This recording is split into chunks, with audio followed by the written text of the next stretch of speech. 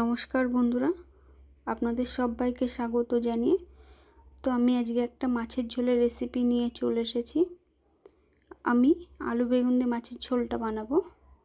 তো আমার লাগছে এখানে একটা জ্যান্ত মাছ নিয়েছি। এখানে জ্যান্ত রুই মাছ, দেখো মাছটা কতটা ফ্রেশ, দেখো কতটা পরিমাণে ফ্রেশ। তো এখানে মাছের ঝোলের জন্য আমার বেগুন লাগছে আর নিয়ে নিয়েছি একটা আলু। মাছে এবার আমি খুব ভালোভাবে নুন হলুদ মাখিয়ে নেব। তো এখানে দিয়ে দিচ্ছি স্বাদ মতো লবণ,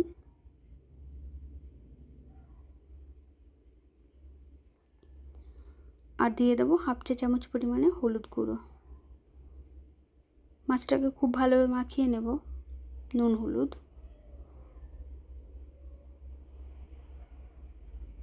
কড়াইতে দিয়ে দেবো সর্ষের তেল।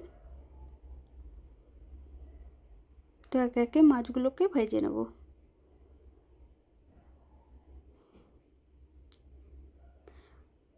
মাছ এক পিঠ ভাজা গেছে, তো মাছটাকে উল্টে নেব। তো মাছ খুব ভালোভাবে ভাজা হয়ে গেছে, মাছগুলোকে এবার তুলে নেব।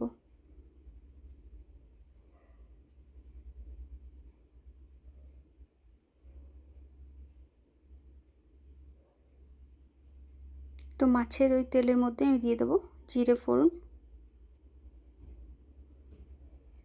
এখানে আমি নিয়ে নিয়েছি মাছের জন্য জিরে, টমেটো, লঙ্কা আর আদা। মশলাটা করে নেব। তো এখানে মাছ করার জন্য তো আমার আলু বেগুন লাগছে, আলু বেগুনটাকে ভেজে নেব।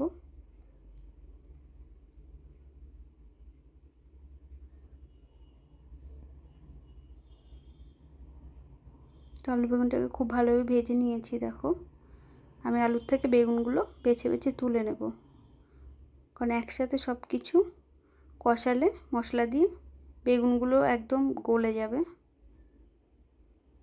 ওর জন্য বেগুনগুলো তুলে নিলাম।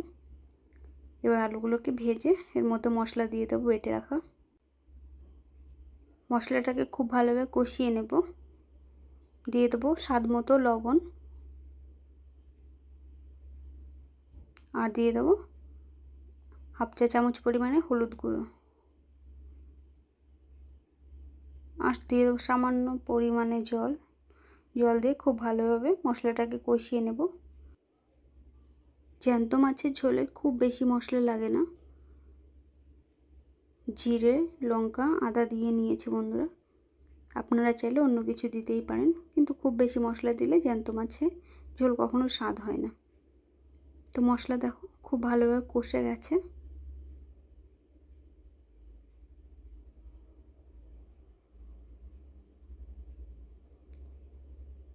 আর একটু নাড়িয়ে চাড়িয়ে এবার জল দিয়ে দেবো। দিয়ে দিচ্ছি পরিমাণ মতো জল। এটা খুব বেশি আমি পাতলাও করব না, আর খুব গাঢ়ও করব না। জ্যান্ত মাছের ঝোল একটু ঝোলঝোলি ভালো লাগে। তো ঝোলটা খুব ভালোভাবে ফুটে এসছে। দেখো ঝোল খুব ভালোভাবে ফুটে গেছে। এবার এর মধ্যে আমি ভেজে রাখা বেগুন আর মাছ একসাথে দিয়ে দেবো।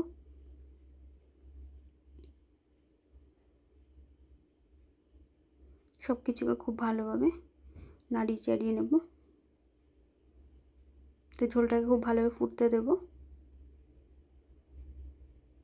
এটাকে আমি 2 মিনিট খুব ভালোভাবে ফুটিয়ে নেব মিডিয়াম ফ্লেমে।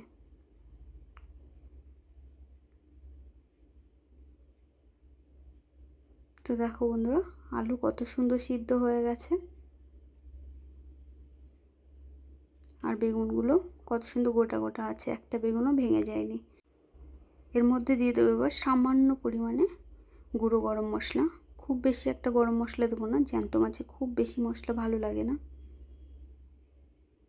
তো এটাকে মশলা দিয়ে আর 1 মিনিট ফুটিয়ে নেব। তো রেডি মাছের ঝোলের রেসিপি। এবারে এটাকে নামিয়ে নেব। তো বন্ধুরা, এতক্ষণ ধরে ভিডিওটা ধৈর্য ধরে দেখার জন্য আপনাদের সবাইকে অসংখ্য ধন্যবাদ আমার পাশে থাকার জন্য। নমস্কার। এভাবেই পাশে